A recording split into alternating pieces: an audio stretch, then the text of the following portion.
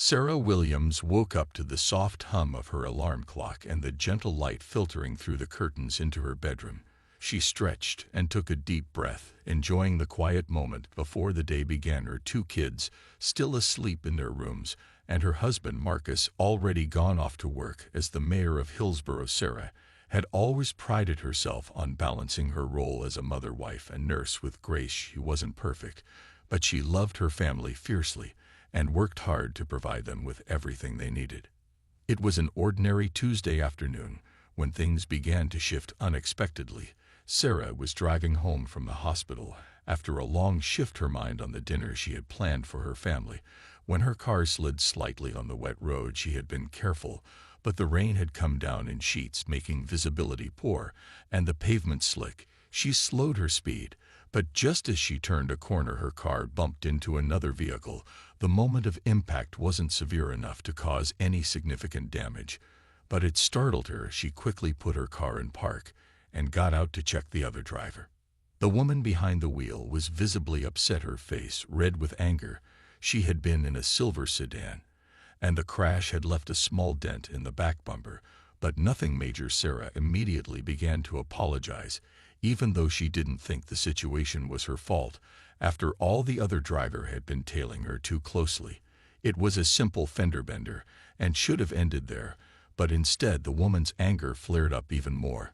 The woman began shouting, accusing Sarah of trying to intimidate her and driving recklessly. Sarah attempted to calm her down, telling her that it was an accident, but the woman wouldn't stop yelling. She started pointing her finger and making wild accusations of Sarah being violent and out of control. It was at that moment Sarah realized that the situation was slipping out of her hands and spiraling into something much worse than she ever expected. Just as she was about to call for a tow truck, the sound of sirens echoed in the distance. Before Sarah could process what was happening, two police officers pulled up to the scene. Sarah tried to explain the situation, but the officers immediately turned their attention to her. They ignored her calm demeanor and the fact that the other woman was the one acting erratically. Instead, they focused on Sarah's appearance and demeanor as they approached her, asking if she was okay. Sarah was confused but tried to stay composed. When the officers questioned her, she gave them the details of what had happened, but they weren't listening. They seemed to have already made up their minds about her. The woman had started crying now and told the officers Sarah had threatened her. She said Sarah had approached her car in a rage and tried to assault her. That wasn't true, but the officers took the woman's side without question. Sarah tried to explain herself, but the officers didn't seem to care. They handcuffed her and placed her in the back of the squad car. As she sat there confused and disoriented, Sarah's thoughts raced. She couldn't understand why this was happening to her. She was a nurse, a mother, and a wife who had never been in trouble with the law. She wasn't violent or threatening, but in that moment nothing seemed to matter to the officers as they drove her away from the scene. She had no idea that her life was about to change forever, and that one simple mistake on a rainy day was going to have consequences far beyond what she could ever imagine. The courtroom was packed on the first day of Sarah Williams' trial. It was the talk of the town, a case that had divided Hillsborough in ways no one had anticipated. There were whispers of the mayor's wife facing charges and accusations of racial bias swirling around Sarah's arrest. Though she had always been a humble figure in the town, she had never been one to shy away from doing what was right. But now she sat in that courtroom feeling small and exposed under the harsh fluorescent lights, surrounded by strangers who seemed to judge her before she even had a chance to speak. Judge Arthur Hensley stood at the front of the room, his stern face and sharp gaze making it clear that he ran the show. He was known for his no-nonsense attitude and his unwavering belief in the law. But Sarah couldn't shake the feeling that something was off about him. The way he looked at her was unsettling. His cold eyes made it clear that he already had a preconceived notion about her. She could feel the weight of his bias, even though he hadn't said a word yet. The prosecutor, a young man named David Foster, was eager to make an example of Sarah. He painted her as a dangerous woman, someone who had deliberately assaulted another driver. In a fit of road rage, Sarah's heart pounded as he spoke. He spoke with such conviction and authority that it was hard to tell where the truth ended and his version of events began. He twisted the facts with such ease that Sarah found herself doubting if anyone in that room would believe her. It felt like the more she tried to explain herself, the more her words were twisted against her. Her defense attorney, an older man named Robert King, tried his best to counter the accusations. His voice was steady, but even he couldn't hide the concern on his face as he addressed the court. He brought up the lack of evidence, the discrepancies in the witness testimony, and the fact that Sarah had no criminal record to speak of. But every time he made a point, Judge Hensley seemed to shut him down quickly. There was no room for doubt in his mind. And Sarah felt her stomach twist into knots as she realized just how difficult this battle would be. As the trial went on, Sarah noticed something unsettling about the way Judge Hensley interacted with the witnesses for the prosecution. He gave them ample time to explain their version of events, often allowing them to speak at length, even when their statements seemed less than clear. But when it came to Sarah's defense witnesses, they were met with impatience and skepticism. The tone in the courtroom began to shift. Sarah's hope started to fade with each passing minute. The judge's behavior felt increasingly biased, and she couldn't help but feel like she was walking into a trap that she couldn't escape. Despite all of this, Sarah remained calm. She couldn't afford to lose control. Now she had to stay focused for her children, her husband, and herself. Her thoughts turned to Marcus, the man she loved, who had always been there for her in every difficult moment. Would he be able to help her now? Would he be able to fix this wrong? She couldn't even understand. As the trial neared its conclusion, Sarah held her breath. She knew the odds were stacked against her, and with each passing day it felt like the walls were closing in. She had no way of knowing just how far Judge Hensley's prejudice would go, or how the town would react to the verdict. But she refused to give up hope. She couldn't believe that after everything she had built in her life, it could all be destroyed by a single twisted mistake. The day the jury went into deliberation, Sarah sat in her cell trying to focus on the next steps. But the fear gnawed at her, the feeling that her fate was in the hands of a system that had already made up its mind.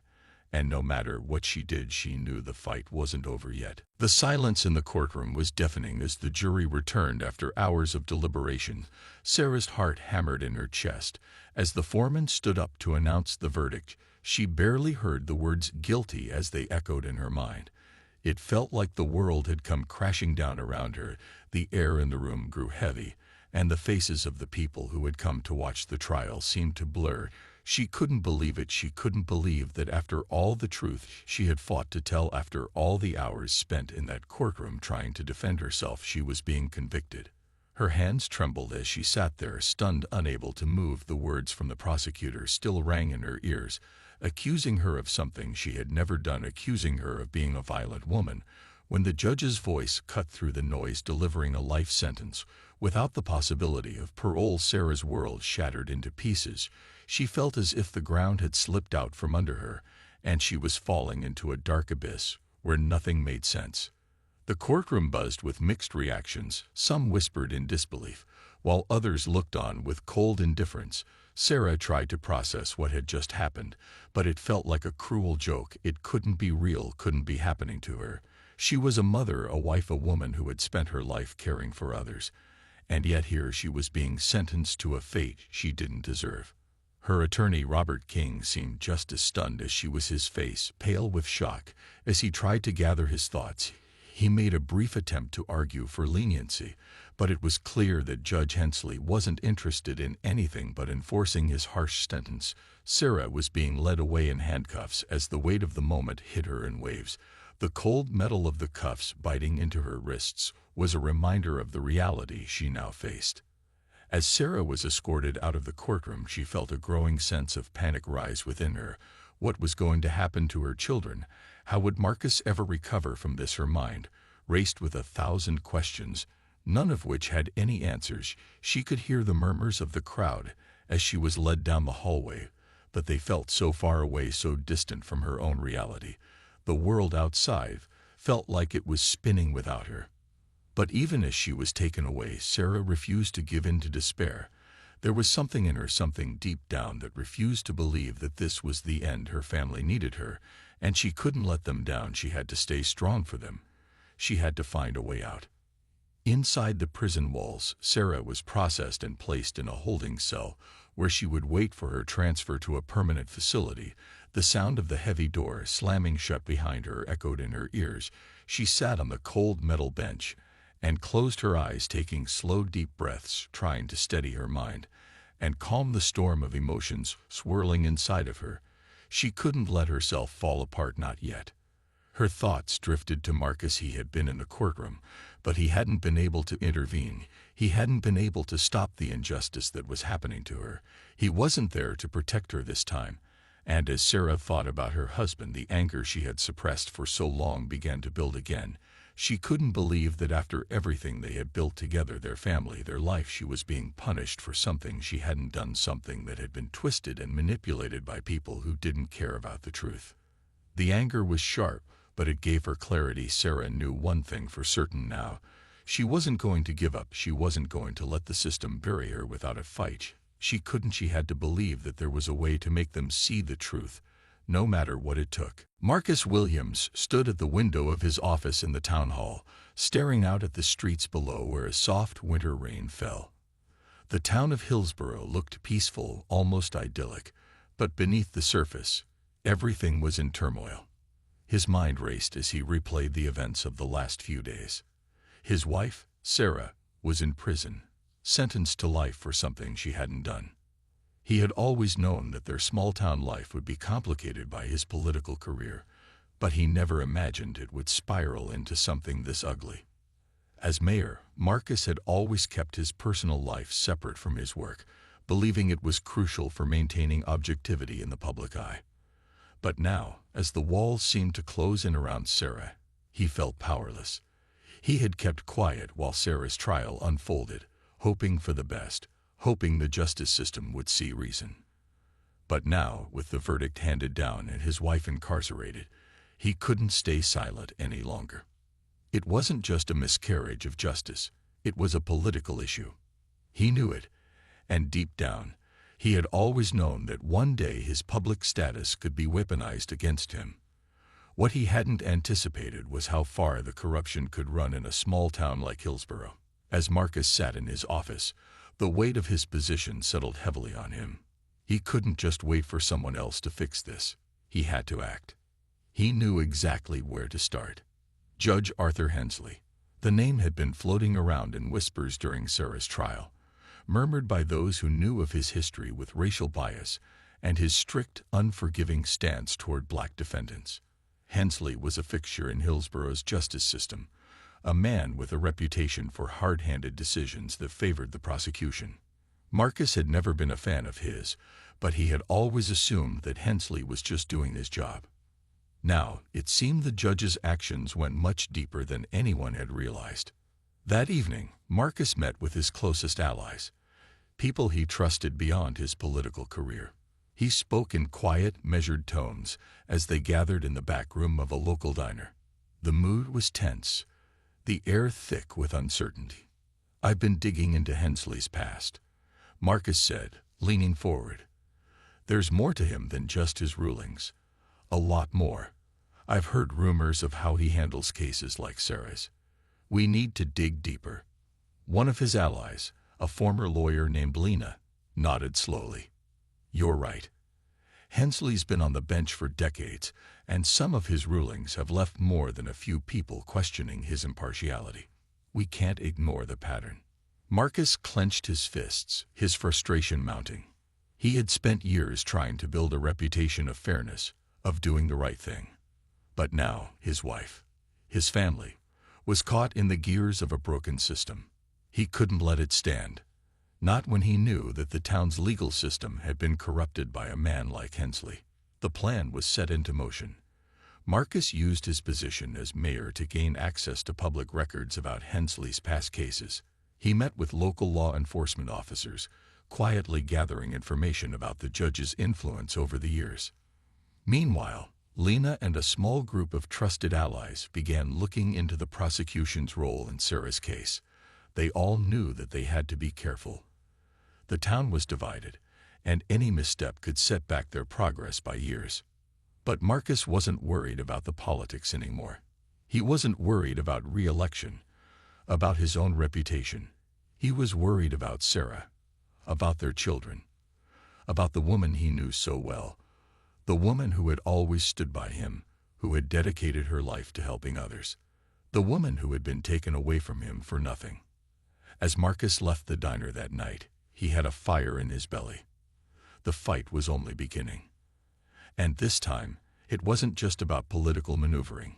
It was about righting an unimaginable wrong. Hillsborough had always been a small town where everyone knew everyone else, where neighbors helped each other, and where community was at the heart of everything.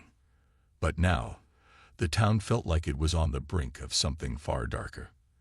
The case of Sarah Williams had divided the town down the middle, splitting families, friends, and even political allies. It was as if an invisible line had been drawn across the streets of the town, and on one side stood those who believed in Sarah's innocence and the injustice she had suffered, while on the other side stood those who saw her conviction as a necessary punishment, ignoring the possibility of a mistake. Marcus Williams walked through the town square one afternoon, his hands clenched in his pockets, his mind racing. He had been on the receiving end of harsh criticism for months, and now more than ever, his resolve was being tested. People who had once called him a friend were now turning their backs on him. They whispered behind his back, questioning his ability to lead, his fairness as a mayor. Some of them had already formed their opinions on Sarah's case, seeing it as just another instance of a broken legal system, not something that needed to be questioned or overturned. To many, the truth seemed irrelevant. It was about loyalty to the law, to what they had always known, and not about seeking a deeper understanding of the bias and corruption that had led to Sarah's wrongful conviction. But for Marcus, this wasn't just about his political career. This wasn't about winning or losing an election. It was about his wife, his family, and his sense of right and wrong. As much as he wanted to focus on the political side of things, he couldn't ignore the emotional toll the situation was taking on him. Every time he walked down Main Street or saw someone who had been a longtime supporter, he felt the weight of their judgment, the silent condemnation. It was as if they had all forgotten the core values that had built their town in the first place: justice, equality, and fairness for all. Meanwhile, Sarah's supporters were growing in number. A small group of local activists and community members, led by Lena, had organized peaceful protests outside the courthouse and town hall. Their message was clear: Sarah had been wronged, and the injustice she had suffered had to be corrected. The group quickly gained traction, not just from the black community, but from those who had witnessed the biases of the justice system for years. Signs with slogans like "Justice for Sarah" and "End Racial Injustice" filled the streets, making it impossible for anyone to ignore what had happened. But it wasn't just about protests and demonstrations. The real battle was being fought behind closed doors. Lena and Marcus worked tirelessly together to expose the deep corruption in the system. They reviewed case files, interviewed people who had worked with Judge Hensley, and began to piece together a web of bias and misconduct that had stretched over decades. The more they uncovered, the more disturbing the picture became. Hensley's rulings, especially in cases involving black defendants, were shockingly consistent in their severity. And the prosecutor, David Foster, had ties to a political faction that had long aligned itself with Hensley's tough-on-crime stance, even when the evidence didn't support it. But the pressure was mounting on Marcus, not just from the media and his constituents, but from within his own party. There were those who told him to back off, to let the legal system run its course. The town's image needed to be preserved, they said. Marcus was warned that if he continued to push for Sarah's exoneration, his political future would be at risk. They didn't understand. They didn't get that this was bigger than politics. This was about human dignity. This was about truth. In the middle of it all, Sarah remained in prison, out of sight but never out of mind. Her family's lives were in turmoil, and her children were growing up without her presence. Despite the public outcry, despite all the support, Sarah's fate seemed sealed by the hands of a biased judge and a system that was more focused on preserving its power than on seeking justice. But Marcus knew one thing: he would not back down. He couldn't, not when so many were depending on him to fight this fight. The pressure had only hardened his resolve. The town was divided, yes, but this wasn't the end. Not yet. This was just the beginning. And Marcus would do whatever it took to make sure the truth came to light, even if it meant tearing the town apart in the process. Days turned into weeks, and the pressure on Marcus only grew heavier. The protests outside Town Hall became more frequent, and the local news ran stories on Sarah's case almost every evening. The division in Hillsborough was palpable. Those who stood with Marcus and his belief in Sarah's innocence were unwavering, while those who sided with the legal system clung to their conviction that the verdict had been just. But no matter how much Marcus pushed, no one seemed to be listening. The system was stacked against them, and it felt like time was running out. Marcus knew he had to act fast. The more he uncovered about Judge Hensley's past, the more clear it became that the judge's biases weren't just an unfortunate anomaly. They were systematic. But it wasn't just Hensley's actions that worried Marcus. It was the way the town had accepted him. Hillsborough had long been under the grip of a small but powerful group, and their interests were protected by the status quo. If Marcus wanted to change anything, he needed to expose it all. But the stakes were higher than ever. Lena had come across something in her research that could be the key to turning the tide. She had found a pattern of suspicious rulings in Hensley's past cases, some of which involved the very same prosecutor, David Foster. They seemed to be connected by more than just legal decisions. There was a financial link between certain political donors and both men. It was the kind of thing that could unravel a whole system, but it was risky. If they exposed this too soon, it might backfire and put everything they had fought for in jeopardy. Lena met with Marcus one evening at his office, her face tense with the weight of the information she was about to reveal. "I think we have something, but it's dangerous," she said, her voice barely above a whisper. "I found evidence linking Hensley and Foster to a political action committee that's been funneling money to local campaigns, including your opponents." Marcus froze. The implications were staggering. It meant that Foster and Hensley's connection wasn't just about the courtroom. It was about politics, money, and power. The very forces that had ensured Sarah's wrongful conviction were entrenched in the town's governance. "This could destroy everything," Marcus said, his voice heavy with realization. "Not just Sarah's case, this could tear the entire town apart. It's going to make it impossible for anyone to ignore what's been going on. We can't just release this to the public without being prepared for the fallout." Lena nodded, understanding the gravity of the situation. "We need to make sure we have all the evidence before we take it public. If we don't, they'll spin it to discredit us. But this is the break we've been waiting for. We can't let this go." Marcus ran his hands through his hair. He was no stranger to risk. As mayor, he'd always known that his position came with the potential for controversy. But this wasn't just about politics. It was about Sarah, about justice, and about a system that had failed not just his wife, but countless others before her. If they were going to fix it, they had to hit hard, and they had to hit fast. The next few days were a blur of strategy meetings and late nights. Marcus knew that exposing the corruption in Hillsborough's legal system was going to be a fight, not just with the men in power, but with the entire town's belief in its own integrity. Many of the town's residents had long trusted Hensley and Foster, and if they found out that their trusted leaders had been manipulating the system, it could destroy everything. But Marcus couldn't let fear stop him. He had to believe that the truth was stronger than the lies that had been told for so long. One evening, after hours of preparation, Marcus and Lena met with a group of investigative journalists from a nearby city. The journalists had been following the story, and they were ready to help expose the deep-rooted corruption.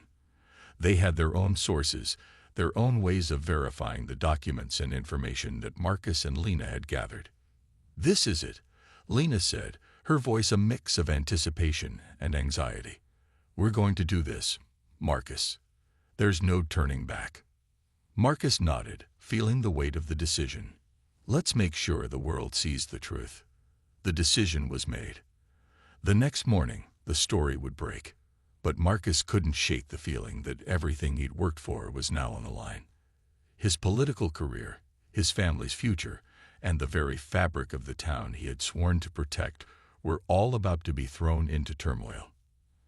And as much as he wanted to believe that the truth would set them free, part of him feared the consequences of unveiling a system so corrupt and entrenched that no one could predict where it would end. The morning the story broke, Hillsborough was never the same.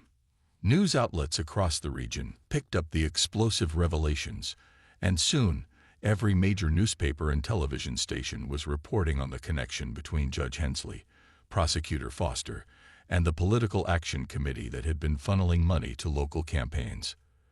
The details were damning: campaign donations, influence over key legal decisions, and the undeniable link between the financial interests of powerful donors and the wrongful convictions of black defendants. Marcus watched the news unfold in his office, feeling a mix of relief and anxiety. The story was out, but now the hard part began. The town's residents, many of whom had trusted the justice system for years, were stunned. For days, the headlines didn't stop. Some believed the evidence, others called it an orchestrated smear campaign. The backlash was swift. Supporters of Hensley and Foster rallied, accusing Marcus of undermining the integrity of the legal system. Social media exploded with fury, and soon it became clear that the public debate had reached a boiling point. But the most significant consequence was the pressure on Hensley himself. He had been a powerful figure in Hillsborough, untouchable in the eyes of many. Now, with the walls closing in, the judge was forced to publicly respond. He issued a statement denying all allegations, but his defensive tone only seemed to fuel the fire. People who had once believed in his impartiality began to question everything they had known about the man. In private meetings with his allies, Marcus felt the weight of the situation pressing down on him. While the town was in turmoil, his family's life had turned into a living nightmare. His children were hearing rumors at school, and their friends' parents were no longer as friendly. As much as he tried to shield them from the storm, the divide in Hillsborough had become impossible to ignore. There was no escaping the fallout. Marcus' phone rang nonstop, the sound of the calls blending into a constant hum in the background of his thoughts. Some calls were from reporters asking for more details, others from politicians offering support. But the calls that kept him up at night were from Sarah. Though she remained in prison, her voice, once a source of comfort, now felt distant, as though she was too far away to reach. "I'm hearing the news, Marcus," Sarah said one evening, her voice cracking through the phone line. "You've done something huge.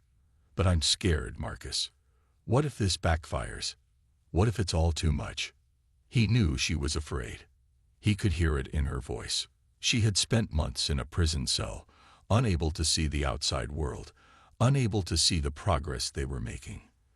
He wished he could promise her it would all be okay, that the truth would set her free. But even he wasn't sure anymore. "I've done what I had to do, Sarah," Marcus said, trying to steady his breath. "The truth has to come out. We can't keep hiding this. I won't let them get away with what they did to you. I'll get you out. We're going to fix this."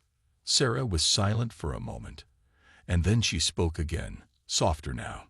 "I know you'll try. I hope you don't lose yourself in all of this." The weight of her words hung heavily in the air as Marcus sat back in his chair, staring at the walls of his office. He had been so focused on exposing the truth, on fighting for Sarah, that he hadn't truly considered the toll it was taking on him. The pressure, the accusations, the doubt. It was all too much at times, but he couldn't back down. He wouldn't.